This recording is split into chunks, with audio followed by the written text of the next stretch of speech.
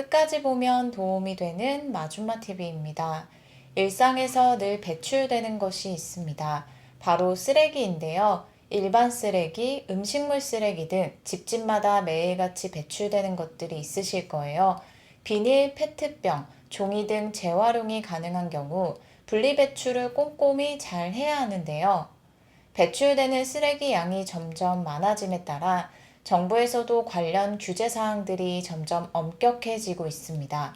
10만 원, 20만 원, 30만 원, 100만 원 등 생각보다 많은 금액의 과태료가 부과됩니다. 특히 잘못 버렸다가 나도 모르는 사이 과태료 우편물을 받게 되는 분들이 우리 주변에 생각보다 많습니다. 보통 종량제 봉투 안에서 주소를 찾아서 과태료가 부과되곤 합니다. 오늘은 이제부터 정말 잘 알고 계셔야 하는 아주 중요한 내용에 대해서 소개드리려 합니다. 잘못 버렸다가 쓰레기 과태료 10만 원 부과됩니다. 오늘 내용이 많은 분들에게 도움이 되셨으면 좋겠습니다. 궁금하신 분들은 오늘도 끝까지 봐주세요. 지금 영상을 보시는 분들 중 쓰레기 과태료 통지서를 받아보신 분들도 계실 것 같습니다. 늘 하던 대로 버렸을 뿐인데 과태료 통지서를 받게 되신 분들도 있으실 텐데요. 여러 경우가 있겠지만 보통 종량제 일반 쓰레기 봉투에 음식물 쓰레기를 함께 버려서 과태료가 부과되는 경우가 가장 많습니다.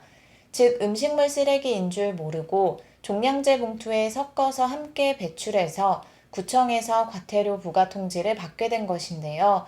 음식물과 일반 쓰레기를 잘 구분하는 것 못지않게 중요한 것이 비닐, 종이, 플라스틱 등 올바른 분리배출 방법입니다. 이 중 생활 속에서 정말 자주 배출되는 것이 있죠.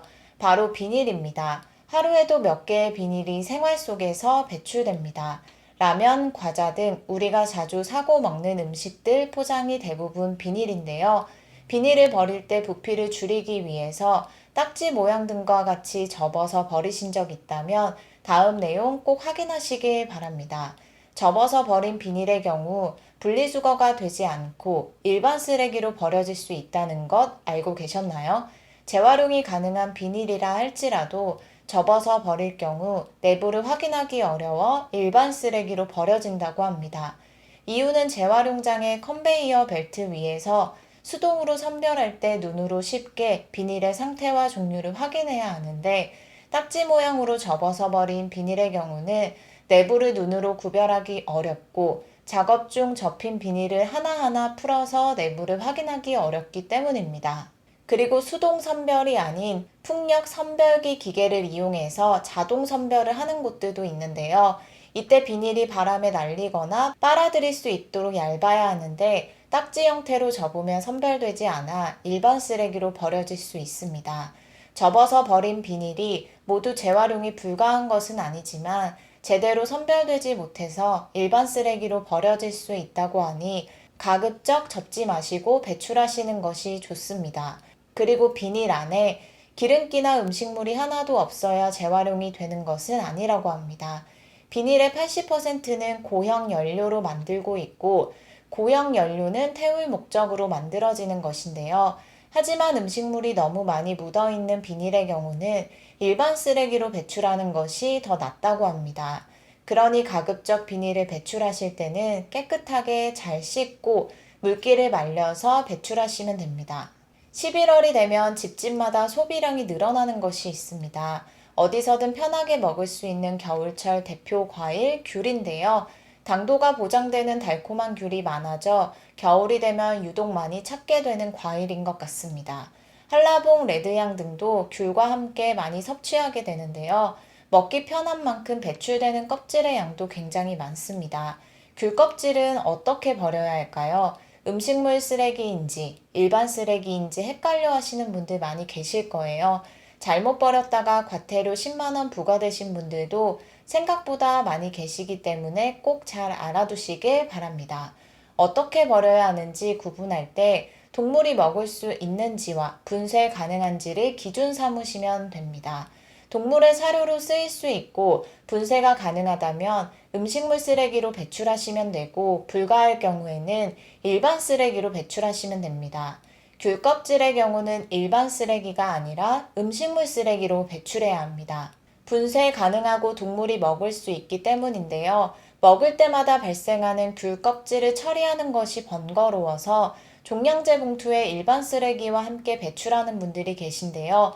적발될 경우 쓰레기 과태료 10만 원이 바로 부과될 수 있으니 겨울철 특별히 더욱 조심하시길 바랍니다. 그럼 일상에서 자주 먹는 다른 과일은 어떻게 버려야 할까요? 딱딱한 과일의 씨는 일반 쓰레기로 구분해서 잘 배출하셔야 합니다.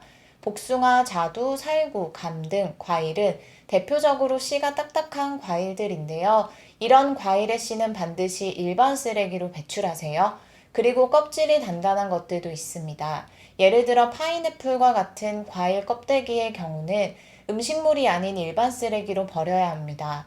그 밖에도 코코넛, 호두, 밤, 땅콩 등 단단한 껍질의 음식도 음식물이 아닌 다른 일반 쓰레기와 함께 종량제 봉투에 버려야 합니다. 그 밖에 평소에 자주 섭취하는 양파, 마늘, 쪽파, 대파 등 채소류의 경우도 잘 구분해서 배출하셔야 합니다. 쪽파, 대파, 미나리의 뿌리 부분은 음식물이 아니라 일반 쓰레기로 버려야 합니다. 양파와 마늘을 먹기 위해서 꼭 하는 것이 껍질을 제거하는 것인데요. 이때 발생한 껍질은 일반 쓰레기로 배출해야 하고 옥수수 껍질과 마늘대, 고추대 등의 경우도 일반 쓰레기로 버려주세요. 그리고 함께 꼭 알아두셔야 할 게 있는데요.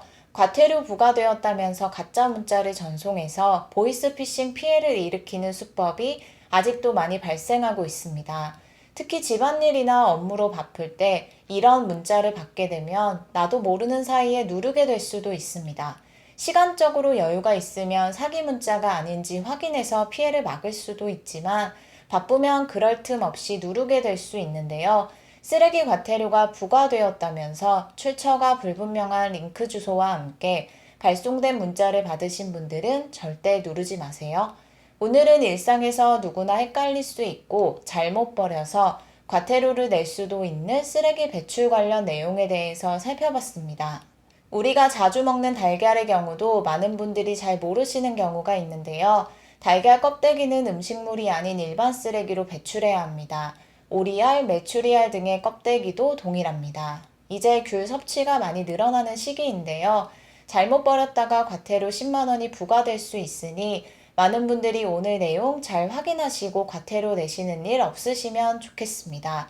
오늘 영상도 끝까지 봐주셔서 정말 감사합니다.